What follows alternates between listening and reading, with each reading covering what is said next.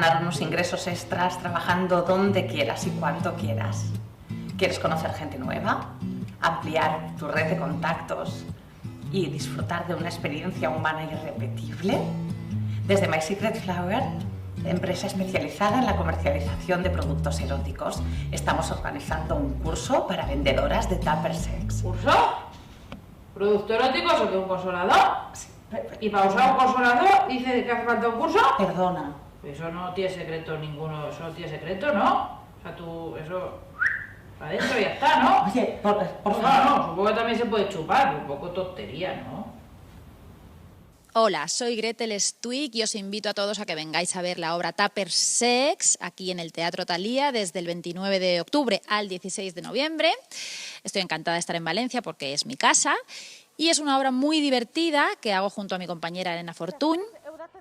La función es un curso para formar asesoras de reuniones de Tupper Sex, que es un tema muy candente ahora mismo, y es impartido por Elena Fortuny, que es una profesora muy ortodoxa y seria, que está esperando una sexóloga que venga a explicar cómo funcionan los aparatos. Pero en lugar de la sexóloga, llega la peluquera de la sexóloga, que soy yo, que es Mamen, que es una estupenda mujer sin pelos en la lengua, que llama a las cosas por su nombre y que dice muchos destarifos y da bastante risa. A ver si no que es lo primero que hace una mujer cuando está deprimida, baja de autoestima.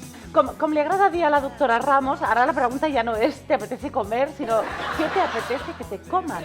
Todo el mundo puede venir muy tranquilo porque, aunque contenga la palabra sex, es una obra bastante blanca. Da mucha risa, pero no se dice nada demasiado fuerte, ni se ataca demasiado a los hombres. O sea, las mujeres pueden venir tranquilas con sus maridos. De hecho, hemos estado 7 meses en Barcelona y 3 en Madrid, y las parejas que vienen se mueren de risa.